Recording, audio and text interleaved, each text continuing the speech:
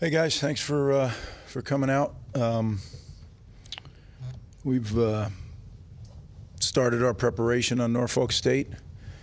Moving forward, good practice last night with the younger players, and now today's their day off. This is the first real week of school, so now they're getting into it. And the one thing about Rutgers, it's hugely competitive in the classroom as well as on the field. And the students that our players compete with in the classroom are really, really bright kids. So certainly our guys really have to work very hard to compete there. So it's a different world now that we're out of training camp mode and into the academic year. So we have to be real aware of that as coaches to make sure that our guys are getting enough rest, that they're taking care of all their business and still being ready to play on Saturday. So definitely a switching gears that way. I'll try to answer anything I can. Do you have any more clarity on Dante Chin and his status? Still waiting on some tests, but I'll try to do that on Saturdays with the availability report. But like I said, he'd be a big loss if we did lose him. Looked like Tyler Needham was playing the snaps when he was out. Would he be the primary backup in the event Chin couldn't go? And who are some other guys that could maybe? Yeah, I mean, I'm not going to get into too many. He was playing anyway Saturday, so that wasn't as a result of the injury. But then when the injury occurred, then he became the full-time guy. We had a 3-man rotation going at tackles. And, who else is involved? Well, there's some other guys that are in the backup roles. Mo Giwa, a transfer from LIU, and Justin Cesar, transfer from New Haven. Those two guys are in the mix, and then some of the young freshmen too. So we'll have to sort it all out, that's for sure, if he can't play. Greg, this week you're preparing for Michael Vick, the coach, but in the past you went up against Michael Vick, the player, when you were at Miami. What was that kind of like in prepping for him? Yeah, Michael Vick was, people say he's a generational talent. I think Michael Vick's a historical talent. The ability that he had as a player was, I've never seen anything like it. He was the fastest guy on the field when he was running the ball. And he had an arm that, still to this day has been unduplicated, in my opinion. Like, he could flick that wrist and the thing would go 50 yards with a blink. Truly, like I said, a historically great player. And I'm excited for him, right? He's got a chance to start his coaching career as the head coach at Norfolk State. And they got their first win, which was, I've watched both their games and watched this press conference and everything. Everybody's very excited, and it's my job to make sure they're not excited on Saturday at the end of the game. So that's my mission. But I am happy for Michael. He's doing a great job. Chance now to evaluate the defense. Did you see improvement in this game, in particular in the second half, where it seemed like there was a stark contrast from the week before? Yeah, I did see improvement, and I've told you guys all along. I haven't been shy about it. Defensively, we're going to be a work in progress, and if we weren't, then everything I believe in isn't real, right? Because I think practice is everything. You have cumulative repetitions of doing things right. You get incremental improvement. We haven't had enough cumulative repetitions yet. We're getting better. We as coaches are getting to know. Just because Rob's worked here before doesn't mean that he hasn't changed, I haven't changed, we haven't grown. Zach's in the mix. We have some other coaches that got elevated. So literally trying to find your rhythms with each other, and as well as, the players all being new. And I've asked a lot of questions of the players, and they just don't spit the stuff out like we're used to, because they haven't been here long enough. They haven't had the cumulative repetitions to say it, to do it. But we are getting better, and we're doing everything we can to accelerate that. And I do think we'll play good. If we can stay healthy, I do think we will get to playing good defense here. We have the ability to do it. We just need everybody get clicking and doing all the little things correctly. But I do think that will happen. You talked a lot about divvying up the carries in the run game. During the game, what's the involvement level in terms of personnel for you versus Coach Rocca and Coach Shaw? Really, I have a lot of faith in Coach Shaw, as does Coach Shiraka. So I predominantly leave it up to Coach Shaw unless I see something. If I have a gut feeling, he and I communicate throughout the game, as do obviously Coach Shiraka and I. But I would say predominantly that's Coach Shaw's doing. We have a plan going into the game. It's never, we have a plan at every position. Percentages, how we want it to play out.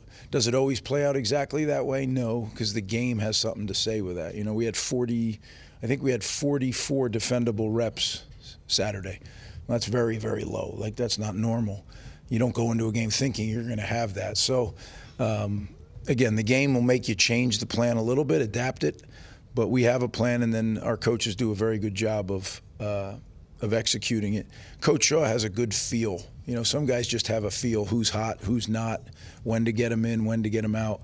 So I rely a great deal on him to do that. Norfolk State has used 2 quarterbacks in their past 2 games. What's the preparation look like for you as a coach, having to possibly face 2 different quarterbacks, 2 different looks? Yeah, it's definitely an added job, right? Because they're different quarterbacks too, I would say.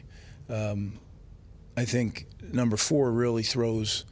He comes in both games and throws the ball very well, and distributes the ball very well. He seems very calm under pressure. 7 can throw it as well, but he's a much more of a runner, more athletic. They do some different things with those guys in the game. So overall, Norfolk State does a lot of football. And what do I mean by that? They have a lot of offensive scheme, they have a lot of defensive scheme, and they do some things in the kicking game. Coach Woodbury was at Howard last year, so we faced him.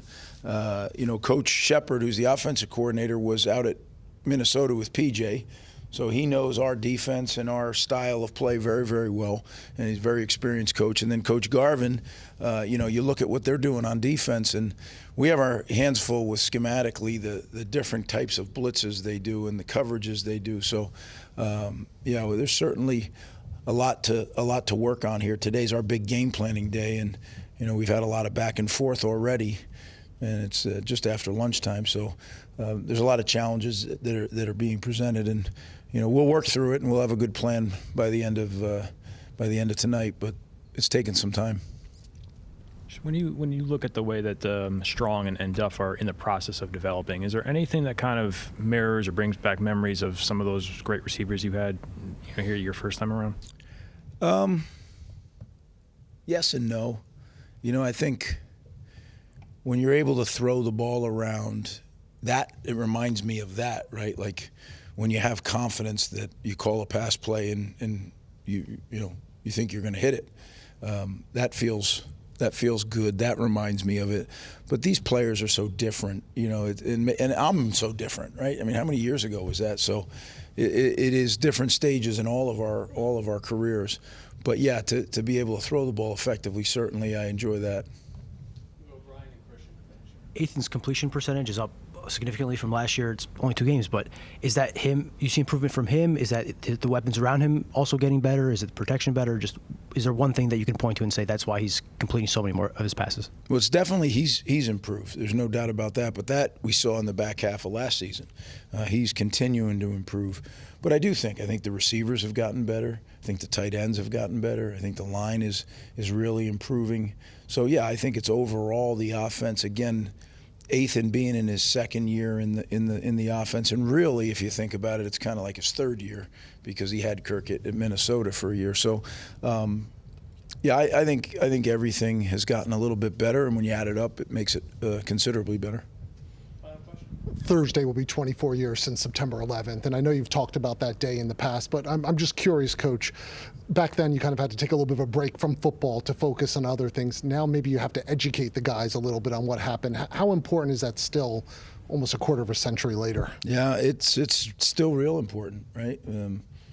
37 Rutgers alums lost that day. Personally, a guy I grew up with 2 doors down, lost that day. A lot of us all lost people that are from this area. And also what it did in changing the world. Like, think about how much that changed things, right? And you really get a sense of how vulnerable you are. And, again, it's just, to me, a great gratitude to the people who serve our country and protect us, right?